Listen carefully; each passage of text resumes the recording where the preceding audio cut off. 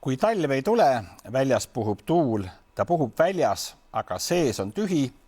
Ta puhub aina lõunas sellel kuul, kui kaardid tuletavad meelde pühi. Su laual seisab kinnine kuväär, sa seda lahti lõigata ei julge. Üks tegu oleks õige, teine väär, vaid kõhklus lõpmatusse kulgeb.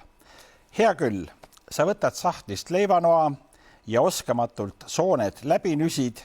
Suur valgus täidab ära terve toa, ta rohkem sinult midagi ei küsi. See on luuletus jõulud, Tõnu Õnnepalu värskest luulekogust pimeduse tunnil ja taas on aeg jalutada ringi raamaturiiulite vahel ja vaadata, mida on uut. Eks eestlastele on ju vägagi tuttav paik Tšehhimaa ja Tšehhi pealinn Praha. Paljud on seal käinud, kes veel käinud ei ole, neil soovitan kindlasti minna ja võib-olla tasub enne Prahasse minekut kätte võtta raamat Minu Praha, mille autoriks on tunnustatud roimakirjanik Eesti krimikirjanduse gränd, aga kaugeltki mitte old lady Katrin Pauts, raamat alapealkirjaga tunnustamata geeniuse piinad. Ja lugu on siis järgmine, ilmunud on see Petrone Minu sarjas, mille eesmärk ongi täita seda funktsiooni, mida omal ajal täitis raamatuseri Maailma mõnda, et eestlane satub mõnda maailma paika, elab seal mõnda aega ja siis kirjutab kokkuvõtliku käsiraamatu sellest, mida ta nägi. Katrin Pautsiga juhtus see, et ta viibis Prahas 2 kuud ühe kirjandusliku projekti raames residentuuris, mis just nagu pidi olema ette nähtud loominguliseks tegevuseks, aga põhiliselt muidugi Pauts jalutas, jõi õlut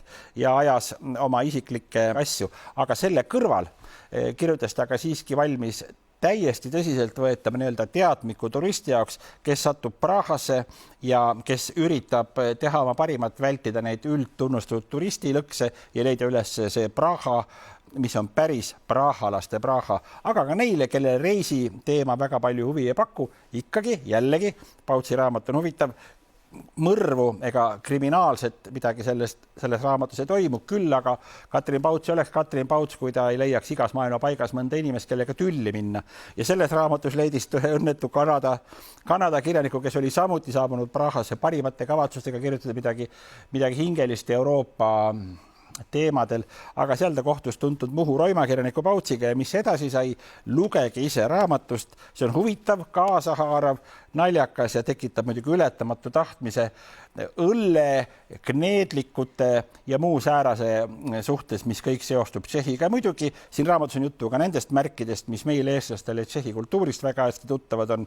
Loomulikult Karel Čapek, eriti Jaroslav Hašek, muidugi Franz Kafka ja tuntud kirjanik Milan Kundera, kellest on siin teoses muide eraldi peatükk, sest Kundera paljastamine algas Tšehhimaal ja käib siiamaani suure hooga. Mitte kedagi ei paljasta, küll aga pakub väga põnevat lugemist Viivi Luige uus esseekogu Selle kevade tervitus. Meil Eestis, nagu teada, valitseb sõnavabadus ja on olemas ka arvamuste paljusus, mis tähendab, et on põhiliselt 2 arvamust, on minu arvamus, mis on õige ja siis kõik ülejäänud, mis on valed. Ja arvamuste paljusus tähendab ka seda, et kõik kirjutavad, aga keegi ei loe ega kuula. Mõni autor muidugi on, keda tasub alati lugeda ja kuulata, mida tal on öelda ja Viivi Luik on just nimelt üks selline inimene.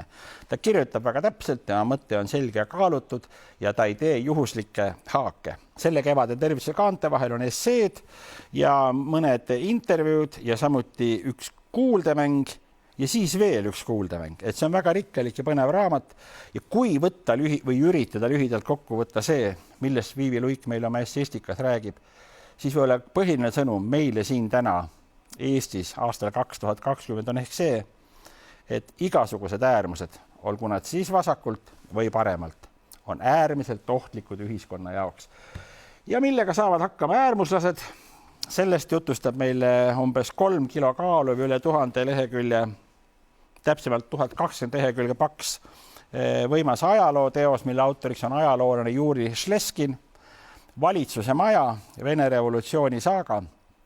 See on siis lugu sellest kuulsast valitsuse majast, mille bolševikud või kommunistid 30. aastatel Moskvasse Kremli lähedal ehitasid selleks, et ära majutada kõik rahvakomissarid, NKVD ülemused, Nõukogude kirjanikud, kinematografistid ja kogu muu säärane kommunistlik eliit. Ja Šleskin on kirjutanud selle raamatu väga isiklikus, personaalses toonis.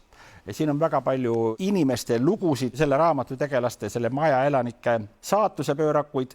Ta ei ole paljastav teos, ta on pigem vastupidi hästi empaatiline. nendesse tegelastesse väga suure huviga suhtuv, aga ometigi mingil veidral moel see valitsuse maja asukatest rääkiv raamat, kusjuures see valitsuse maja omal ajal oli maailma suurim elumaja, seal oli üle 800 korteri ja need kõik olid täis tõsiusklikke kommuniste. Nii et mingil viisil see raamat, ta mõjub umbes samamoodi, nagu mõjus Solženitsini Gulagi arhipelaag. Ta ei jätta sulle mitte ühtegi illusiooni Nõukogude võimu, marksistliku ideoloogia ega kommunistliku korra suhtes. Võt, samal ajal kui Venemaal bolševikud jändasid oma imelise elumajaga, siis Eesti Vabariigis tekitas poliitilist ja kõike muud mõeldavat elevust selline mees nagu Artur Sirk. Ja Artur Sirk on legendaarne müütiline olend, kellest Eesti all lauldi lorilaule.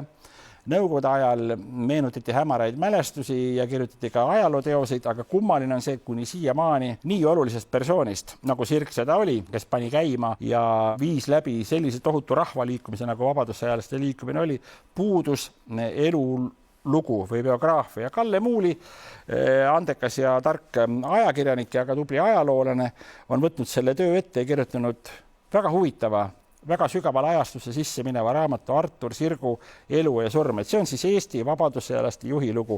Kes oli Artur Sirk?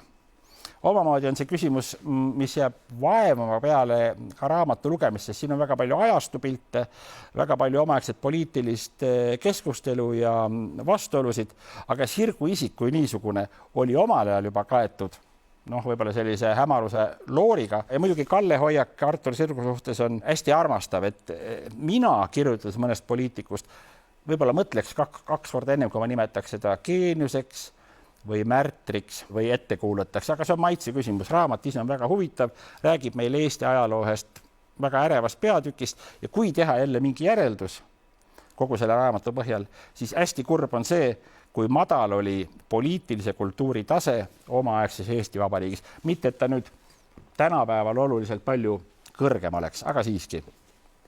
Ajakirjanik on mingis mõttes alati ka ajaloolane, et see, millest sa kirjutad täna ajalehes, võib homme juba olla ajaloo raamatu peatükk. Ja üks sääraseid ajakirjanikke, kelle töid mina alati huviga loen ja kelle puhul on selge, et tema lood räägivad asjadest, mis saavad ajalooks, on Argo Ideon. Ja nüüd on ilmunud temalt raamat Rahvusvahelised mehed. Rahvusvaheline mees, nagu me teame, oli omaaegne Mihkel Muti romaan, mis rääkis Eesti välisministeeriumi algusaegadest.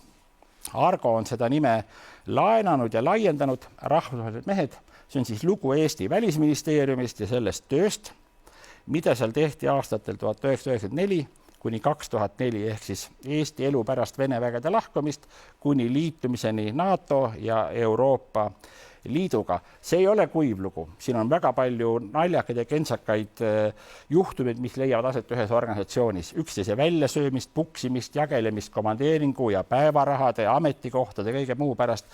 Ja tegelikult sellel raamatul on ka peategelane. Pikaaegne, väga teenekas välisministeeriumi kantsler Indrek Tarand, kes suutis panna kõik välisministrid oma peost sööma. Kuni saabus ametisse Kristiina Ojuland, kes mingi veidra trikiga suutis Indreku mängust välja puksida. Need see on põnev lugu bürokraatlikest ja ametkondlikest intriigidest, mille taustal muide kulgeb lakkamatult, seda tasu kunagi unustada, Eesti välispoliitika edulugu tollel aastatel. Tänase raamaturubriigi lõpetuseks otsin ma jälle välja Tõnu Õnnepalu suurepärase raamatu Pimeduse tunnil.